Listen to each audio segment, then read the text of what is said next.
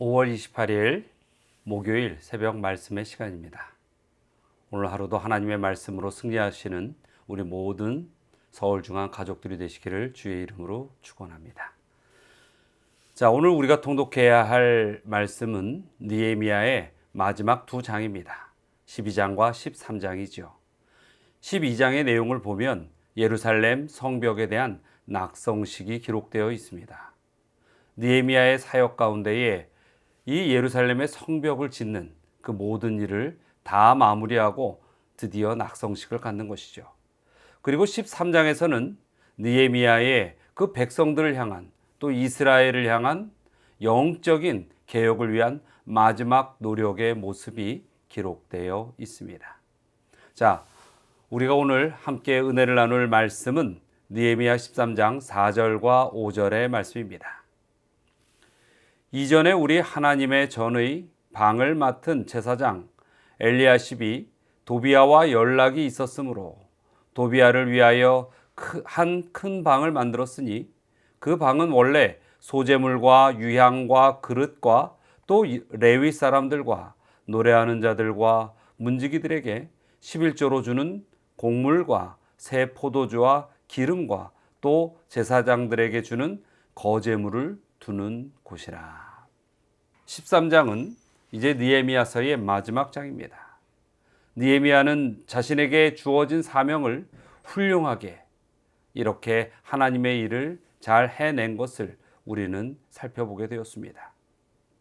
느헤미야는 예루살렘으로 돌아와서 성전 재건을 이루었습니다. 성문도 다시 완성되게 달았고 또 그 성벽을 완성한 이후에 초막절 행사도 무사히 치렀습니다. 이어지는 성전 봉헌식도 12장에서 보면 아주 은혜롭게 잘 마쳤습니다. 그리고 이 느헤미야는 이 모든 것이 마친 이후에 왕의 부름을 받고 잠깐 이 페르시아 본국의 수도에 자신이 이전에 일하던 곳으로 돌아가 있었습니다. 왕이 그를 보자고 했기 때문이었죠. 그런데 그렇게 느헤미야가 예루살렘을 떠나서 이 페르시아 본국의 수도로 돌아가 있는 그 사이에 그 기간에 오늘 본문처럼 한 불미스러운 사건이 벌어지고 맙니다. 느헤미야가 잠깐 자리를 비우자 이 본성의 악을 해결하지 못한, 죄를 해결하지 못한 무리들이 그의 본색을 드러내는 모습을 성경은 기록하고 있는 것이죠. 그런데 그 죄의 본성을 드러내는 장본인이 충격스럽게도 대제사장인 엘리야십이었습니다. 자, 대제사장 엘리야십과 암몬 사람 도비야와의 숨어 있던 한 관계가 느헤미야가 자리를 뜨자마자 그만 드러나고 마는 것이었죠. 대제사장 엘리야십, 그는 도비야에게 성전 뜰 안에 있는 방을 하나 내주었습니다. 근데 실제로 이 원어 성경을 보면 방이 하나가 아니라 방들이라는 복수 용어를 써서 여러 개의 방을 내주었다는 것입니다. 이 이야기는 도비야가 수시로 이 예루살렘 안으로 들어와서 자신의 식솔들과 함께 여러 방을 사용하며 그곳에서 나름대로의 세력을 누렸다는 것입니다. 그런데 그 방이 그저 일반적으로 잠만 자는 그런 숙소가 아니었습니다. 이 도비야에게 준 방은 성전에 거룩한 성물을 두는 그러한 매우 중요한 용도의 방이었습니다. 백성들이 11조를 드릴 때에 그 11조를 곳간에 채워넣는 그러한 11조를 관리하는 창고였고 또 그러한 큰 방을 이 도비야와 그의 무리들에게 주었다는 것입니다. 참으로 이것은 어처구니 없는 일이었습니다. 그리고 여기서 예상되는 것은 이 백성들의 헌물과 11조에 관한 것들을 이방 사람 도비야가 꽤 손을 댔을 수 있다라는 추측인 것입니다. 얼마나 많은 성물들이 도비야에게 흘러갔겠습니까? 백성들이 정말 믿음으로 힘들게 열심히 노력해서 마련한 그러한 성물과 11조를 하나님의 성전을 위해 또 성전세를 그렇게 냈던 모든 것들이 대제사장 엘리야십을 통하여 암몬 사람 도비아에게 흘러갔을 것을 예상할 때에 이것은 영적으로 여간 위험한 위기의 사건이 아닌 것입니다. 자, 그런데 이것이 어느 날 갑자기 생긴 일이 아니라는 것입니다.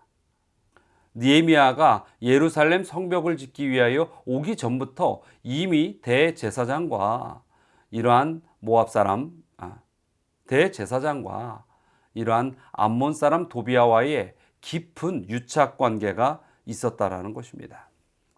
실제로 이 13장 28절에 보면 엘리야십의 피부치 가운데 하나가 이 도비아의 섬기는 주인이었던 산발랏의 사위가 되어 있었습니다. 이방인과 통혼하는 것이었죠. 그것을 뛰어넘어서 산발랏과 사돈 관계를 맺고 있었다는 것을 성경은 우리에게 들려주고 있습니다. 자, 이러한 사실들을 바라보는 백성들, 그 백성들의 마음 속에서 하나님께 드리는 헌물에 대한 헌신은 떨어지기 마련일 것입니다. 또 레위인들이 이 성물을 받아서 하나님의 전을 섬기는 일을 하고 살아가야 하는데 백성들의 11조가 이렇게 누수되고 또 11조에 대한 헌신이 줄어들므로 말미암아 레위인들은 자신들이 먹고 살기 위하여 들판으로 나가 일을 하게 되는 것입니다. 이러한 상황 속에서 성전 봉사는 허술해지고 성전은 피폐해지고 하나님의 말씀과 예배와 제사는 드려지지 않는, 제대로 이루어지지 않는 심각한 종교적 상황이 야기되는 것이었지요. 이 느헤미야가 돌아와서 이러한 모습을 봅니다. 그가 얼마나 절망했고 또 얼마나 놀랬겠습니까? 여러분, 이 느헤미야가 보았던 성전의 피폐함, 비록 성벽을 완성했지만은 영적으로 아직 완성되지 못한 이 백성들의 모습, 느헤미야는 그 상황 속에서 절망합니다. 그리고 느헤미야는 다시 용기를 내어서 이제는 눈에 보이는 성벽을 짓는 것뿐만 아니라 영적인 성벽을 지어야겠다라는 생각 속에 개혁을 이루어가는 것이죠. 자, 우리는 여기 이 교훈 가운데서 생각해 봐야 합니다. 하나님의 전에 피폐함이라는 것은 우리 현대로 보면 교회의 피폐함이라고 적용할 수 있을 것입니다. 이 교회가 피폐되는 데는 여러 가지 이유가 있지만 이렇듯 인간들의 어떠한 하나님에 대한 봉사의 모습에 대한 신뢰가 무너지면서 그 사람들에 대한, 성도들에 대한, 또 교회의 지도자들에 대한 그 신뢰의 무너짐 가운데에 하나님에 대한 헌신도 또 그 마음에 따라 요동침으로 말미암아 이 교회가 온전한 믿음의 터전이 아니라 방치되고 또 어떠한 원망의 대상처럼 그렇게 피폐함으로 변해갈 수 있다는 것입니다. 자, 이런 상황 속에서 느헤미야가 한 행동이 있습니다. 먼저 느헤미야는 다시 이방과의 철저한 구분을 짓게 됩니다. 그리고 감추어진 모든 죄의 현상들을 드러내고 그 문제들을 개혁하며 해결해 나갑니다. 그리고 느헤미야는 다시 영적인 회복을 시키는 것이죠. 여러분, 우리도 이러한 느헤미야가 한 행동처럼 영적인 믿음의 성을 쌓는 그러한 삶을 살아야 하는 것입니다. 자, 오늘 교훈 가운데에 우리는 이 교회에서 온전히 이루어져야 하는 두 가지의 교훈을 찾아보고자 합니다. 첫 번째는 교회는 이 지도자들의 온전한 각성과 또 욕심 없는 봉사의 삶이 모본이 되어야 한다는 것입니다. 교회의 지도자들은 세상의 일과 연결된 삶을 사는 일에 눈을 감아야 합니다. 온전히 하나님의 일을 행하며 살아가는 그러한 모습에 모든 것을 바치고 살아가는 것이 지도자가 보여주어야 할 모습이지요. 그 다음에 두 번째는 모든 백성들은 사람에 대한 실망으로 인하여 하나님께 대한 헌신을 판가름짓고 연약해져서는 안 된다는 것입니다. 그래서 모든 성도들은 교회에 대한 신뢰와 온전히 하나님만을 바라보고 이루어가는 그러한 헌신의 삶이 필요한 것입니다. 사랑하는 우리 서울중앙가족 여러분, 진정 이 교회의 지도자들을 위하여 기도해 주시기 바랍니다. 오직 한 길, 하나님만을 바라보는 그 삶의 길을 갈 수 있도록 기도해 주시기를 요청드립니다. 그리고 또 우리 성도님들께서 이 땅의 인간의 연약함들로 보여지는 흠들 때문에 하나님에 대한 여러분의 열심과 믿음의 열정이 식어버리는 그러한 우를 범하지 않게 되기를 부탁드립니다. 오늘도 그 주님의 주시는 은혜 안에서 온전한 굳건한 믿음으로 승리의 삶을 살아가시는 우리 모든 성도님들이 되시기를 주의 이름으로 축원합니다.